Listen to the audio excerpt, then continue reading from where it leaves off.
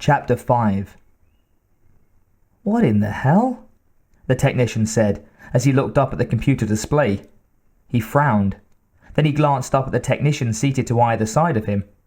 They were quietly scanning through data downloads from spy satellites, much like the one he had been receiving. No one else seemed to see anything out of the ordinary. No one else was making comments or even looking up. That meant whatever was responsible for what he was seeing, it wasn't a whole system network-wide problem. Whether it was accurate data or a glitch, it was local. He looked back at the screen, considered for a moment, and typed in a command. He studied the result, tried another command and another, then finally switched back to what he'd started with. The results didn't change. The computer said that he was, indeed, seeing what he thought he was. He stared at it a moment longer, then pushed back his chair and picked up a phone. It buzzed once before a voice said, "Yeah." "General Meters," the tech said. "I've got something on my screen down here that I think you should see." "Talk to me," Meters said. "It's satellite infrared of the Yamal Peninsula in northern Siberia, the oil fields, a big hotspot. I think you should have a look." "Why?" Meters asked. "You think it's a well fire? We haven't heard anything." "I don't know what it is, General, but I really think you should take a look at this." Meters frowned. "I'll be right down." He dropped the phone and rose from his desk. He was a week behind on his paperwork, and this wasn't going to help any. If he'd known how much paperwork was involved, he wouldn't have celebrated it when he made a brigadier 6 months ago.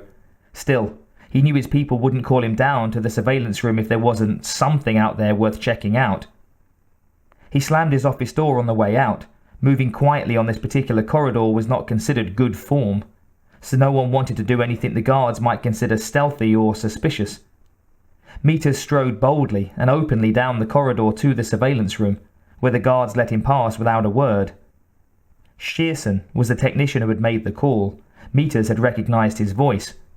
He headed directly for Shearson's station, where he looked over the tech's shoulder at the readout on the screen. "What have we got?"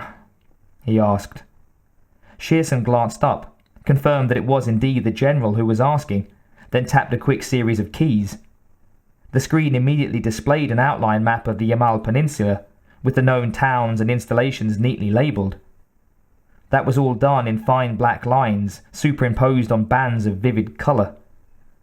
"This is the infrared, sir," Shearson explained. He pointed to a bar scale in the corner that explained the colours. Dark green, blue, indigo, and violet were areas below freezing, and most of the screen was awash in deep, dark violet. Warmer areas were chartreuse, yellow, and so on, up through orange and 2 shades of red. The marked villages and pumping stations were mostly little patches of chartreuse, with a few shading to yellow. None of them showed a single pixel of orange. However, centered on the screen, in empty wilderness a few kilometers from a greenish dot marked Asima PS number 12, was a fiery red spot. "So, what the hell is that?" Meters demanded. "Is there visual?" Shearson shook his head. "It's night there," he said, "and there's heavy cloud cover. Probably snowing. Anything putting out that much heat should be bright enough to see at night," Meters pointed out. "How long has it been there? Was it there before the clouds moved in?" Shearson shook his head again. "We don't know, sir. With the budget cuts and lowered priority for that area, and with RIS-34 offline right now, we've only been going over the feed for that area twice a week. Wasn't a damn thing there except ice 3 days ago." "Gotta be a well fire then," Meters said, straightening up. "No, sir," Shearson said. "I don't think so. We have a visual from last week. Take a look." He tapped keys, and a new image, composed of grey shapes, superimposed itself on the existing one. Shearson pointed to the location of the red dot. "It's at least a couple of kilometers from the pipeline and 20 or more from the nearest wellhead. The Russians didn't sink any new wells in less than a week in the middle of an Arctic winter, General." He tapped more keys and added, "And besides, look at this." The greyish lines and blobs of the satellite photography vanished, and the bright colours of the infrared scan. Then a new scan appeared over the same outline map. Again, a single bright red dot gleamed on a field of greens and blues in the same location. "What the hell is this one?" Meters asked. "Radioactivity," Shearson said. "Whatever we're looking at is hot in more ways than one. I haven't seen a mix like this since Chernobyl. Though this one's different. The radiation's dropped off quickly and the heat hasn't." "Radioactivity?" "Yes, sir." "Son of a bitch," Meters said. He straightened up again, turned and shouted at the guard. "Sergeant, I want this room secured. Nobody in or out without emergency authorization." Then he turned back to Shearson. "I want hard copy of all of this on my desk in 5 minutes, and I want this wired to the White House and NORAD. Flag any intelligence reports on anything in the area. Military, political, anything." "General," Shearson asked, startled. "What's going on? Who is it?" "I don't know who it is," Meters said, "or what they think they're doing. Might be some kind of Soviet leftovers, might be terrorists, might be Russian nationalists gone overboard, but it's somebody out there." "But whatever it is, why—" Shearson groped unsuccessfully for words. Meters looked at the tech in exasperation. "Think, Shearson. Don't you see what this is? I mean, what the hell else could it be? You said yourself there hasn't been anything seen like this since Chernobyl, and nobody builds power reactors in the middle of an oil field. Heat and radiation means that someone just cracked open a nuke, and it's out there in the middle of nowhere, and that means a bomb, Shearson." He jabbed a finger at the computer screen. "Somebody's hauling nuclear weapons around the Arctic, and it's nothing to do with what the Russians have told us about. Sure, we know they've got stuff they don't tell us, selling goodies to the third world, and we don't like it, but we live with it. But you don't smuggle nukes from Russia to Iran or Pakistan through the fucking polar ice cap. Think a minute, Shearson. What's straight across the ice cap from Siberia?" "North America," Shearson said. "But damn right," Meters said, cutting him off. "We are. Maybe they've got missiles hidden out there, or maybe some damn fool's hauling them over the pole by dog sled. I don't know. But I do know that I, for one, don't want any nukes coming into my neighborhood unannounced." "But General, that's crazy," Shearson protested.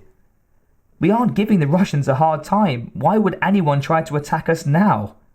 "Why not?" Meters said, as he headed for the door. "You got a better explanation? Since when did being crazy mean it's not happening?"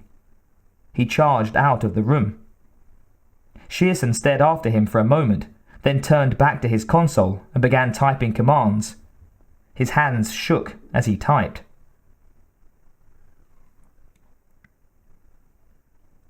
General Emory Mavis, U.S. Army, frowned as he looked at the report Meters had sent over. Meters thought it was a bunch of Russian crazies smuggling nukes over the pole. He didn't see that any other explanation of the data was possible. Once upon a time, Mavis might have thought so too. Now, though, Mavis took a broader view. He had learned that a whole slew of supposedly impossible things were possible after all. Unlikely, maybe, but possible. That understanding was what had landed him this current position, one that existed off the books. Officially, he was retired. Unofficially, he was, all by himself, a black budget item, listed in what few records existed as Esoteric Threat Assessment Capability. Part of his job was to look at unlikely things and figure out just which unlikely possibility was fact. That was his speciality. That was why the White House kept him on call. That was why they'd called him off the golf course to look at this stuff. Another part of his job was to advise the president on just what the hell to do about the esoteric threats that Mavis assessed, and, if necessary, to take charge and see that it does get done. Meters thought that it was a bunch of crazies smuggling nukes, but that was unlikely enough that the boys in the White House basement had gotten Mavis off the best run at the back nine he'd ever had at the Burning Tree Country Club to take a look at the report, apply his expertise, and come up with something to tell the president. Heat and radiation in the middle of the Siberian wilderness. Yes, Russian warheads were the obvious explanation, but were they the right one? He reached for the phone on his desk, lifted the receiver, and tapped in a number.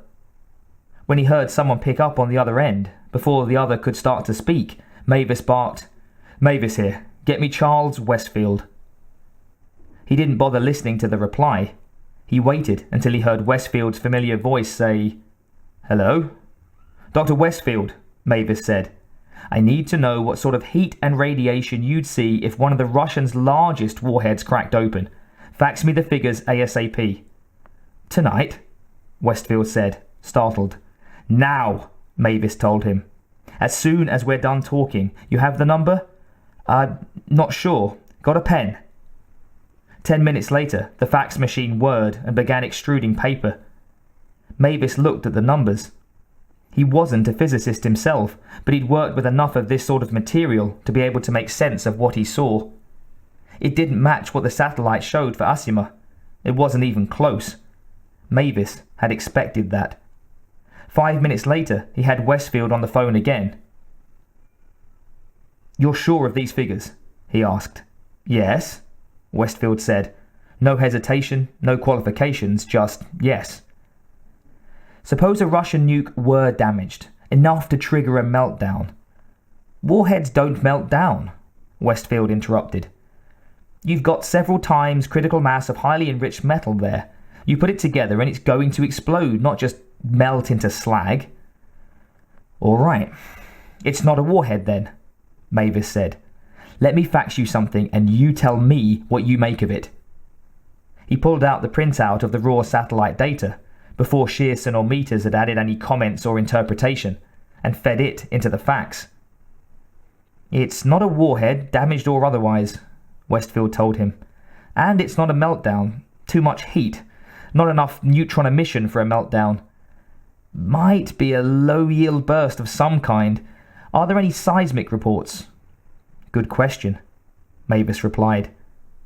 It took hours and dozens of calls to seismologists, CIA analysts, and several agencies that weren't supposed to exist, before General Mavis was satisfied. Whatever was out there in Siberia had appeared with a shockwave that fit the profile of a fair-sized meteorite impact, rather than any sort of explosion. But if something big had fallen from the sky, there was no trace of its descent. It hadn't shown up on the tracking radar that constantly scanned the skies all over Earth. The impact profile, working from seismographic records, indicated that the object had been travelling southeast at a fairly shallow angle when it hit. If it had been a meteor, then it should have been spotted on several radar screens. The heat of impact should have dissipated fairly quickly, but that wasn't what the infrared showed.